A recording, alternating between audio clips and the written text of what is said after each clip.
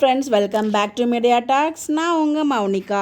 ஆக்சுவலாக நான் ஒரு இடத்துல ஒரு போஸ்ட் ஒன்று பார்த்தேங்க. அந்த போஸ்ட்டை பார்த்ததும் அட ஆமாம்ல அப்படின்ற மாதிரி எனக்குள்ளே நானே வந்து பேசிக்கிட்டேன். அது எப்படி அப்படின்னா போஸ்ட் அப்படின்னு பார்த்தீங்கன்னா, விகா அதாவது விஜய் காவேரின்னு சொல்லிட்டு அவங்களுக்கு தனியாக செப்பரேட்டாக செம்ம ஃபேன் பேஸ் வந்து இருந்துச்சு.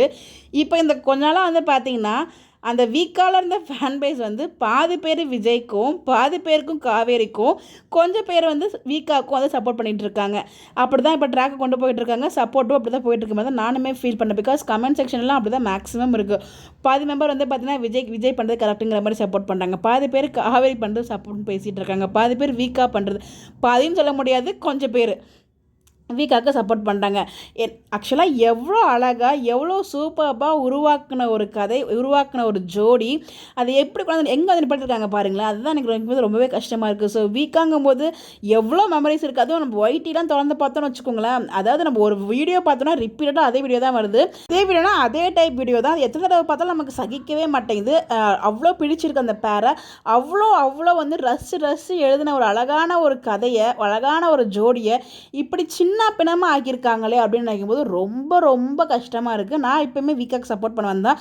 யார் தப்பாலும் தப்பு தான். ரெண்டு பேர் மேலேயுமே தப்பு இருக்குது, ரெண்டு பேர் மேலேயுமே வந்து பாசமும் இருக்குது. மனசு விட்டு பேசியும் 3 எபிசோடு மனசு விட்டு பேசினாங்க.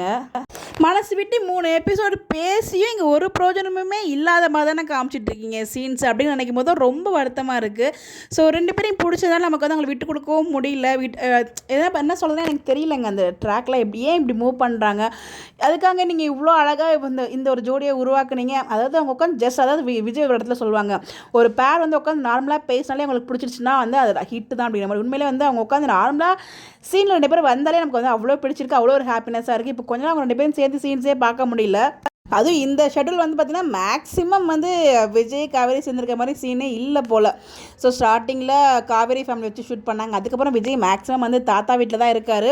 மாமா வேறு அழைக்க போகிறோன்னு சொல்லி 2 நாள் வேறு மதுரை போகிறன்னு வேறு சொல்லியிருக்காரு. அப்போ எப்போ வர போகிறாரோ தெரியல. இன்னும் என்னென்னலாம் அங்கே நடக்க போகுதோ தெரியல. யோசிச்சு நமக்கு ஏதாவது ஆகிடும் போலங்க. அந்த லெவலுக்கு இருக்குது. ஏன் இவ்வளோ அழகாக உருவாக்கின ஒரு ஜோடியை ஏன் இப்படி பண்ணுறாங்க அப்படின்னு சொல்லி எங்கள் டீமில் தாங்க ஒன்று விளக்கம் வருது. 2 பேருமே டேமேஜ் பண்ணுறாங்க, ஈக்குவலாக வந்து காமிச்சிட்டு இருக்காங்க. தயவு செய்து ட்ராக் கொஞ்சம் மாற்றி கொஞ்சம் பாசிட்டிவாக கொண்டு போனால் எல்லாருமே ஹாப்பியாக இருப்போம். இதான் எல்லாருமே எதிர்பார்த்துட்ருக்கோம். நீங்கள் ரொம்ப ட்ராக் பண்ணுறீங்கன்னு ரொம்ப கிளியராக தெரியுது. ஸோ இது இப்படிதான் பண்ணால் தான் வந்து எபிசோட் போகிறது எங்களுக்கு புரியுது. அதை இன்னும் கொஞ்சம் எக்ஸாம்பிள் சிறுடைக்கு ஆசிரியர்லாம் பாருங்கள், ஜோடியை பிரிக்கவே மாட்டாங்க. ஆனால் கதை நகரும்.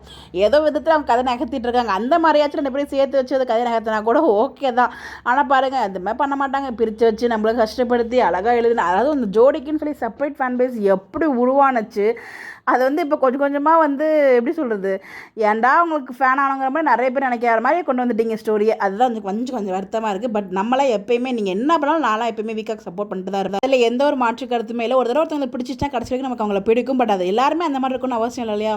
ஸோ ஒருத்தவங்க வந்து ஒரு 20 மினிட்ஸ் அதாவது 20 மினிட்ஸ் யூஸ் பண்ணி ஒரு சீரியல் பார்க்குறோம் அப்படின்னா நம்ம டைமை ஸ்பெண்ட் பண்ணுறோன்னா அது கண்டிப்பாக ஒரு ஒர்த்தாக இருந்துச்சு. இப்போ வந்து ரொம்ப சொதப்பி கொண்டு போகிற மாதிரி எனக்குமே அது ஃபீல் ஆகுது. பார்ப்போம், கண்டிப்பாக ஒரு மாடிஃபிகேஷன் கொண்டு வருவாங்கன்னு எனக்குள்ள ஒரு ஹோப் இருக்குது. பிரவீன் மலர் சார்பில் ஒரு நம்பிக்கை இருக்குது. கண்டிப்பாக ஒரு மாற்றம் கொண்டு வருவாங்கன்னு சொல்லி எனக்கு நம்பிக்கை இருக்குது. பிகாஸ் நம்மளோட கமெண்ட்ஸ் எல்லாத்தையுமே அவங்க பார்ப்பாங்க. பார்ப்போம், கண்டிப்பாக எனக்கு ஒரு நம்பிக்கை இருக்குது. அந்த நம்பிக்கை தான் உங்கள்கிட்ட நான் பேசிகிட்டு இருக்கேன். ஹோப் யாரும் விட்டுறாதீங்க. ஸோ கண்டிப்பாக இவ்வளோ நம்ம சப்போர்ட் பண்ணிட்டு தான் மினிமம் நம்ம சப்போர்ட் பண்ணுவோம். ஒவ்வொருத்தருக்கும் ஒரு பாயிண்ட் ஆஃப் வியூ இருக்கும். பட் இதனோட பாயிண்ட் ஆஃப் வியூ கருத்துக்கள் மறக்காம கமெண்ட்டில் ஷேர் பண்ணுங்கள். இந்த மாதிரி பேர் தெரிஞ்சுக்க நம்மளோட சேனலை ஃபாலோ பண்ணிக்கோங்க. பை. ஸோ யாரும் அதாவது தப்பாக பேசினா கமெண்ட்டில் கழுவியில் ஊற்ற வந்துடாதீங்க. தேங்க்யூ.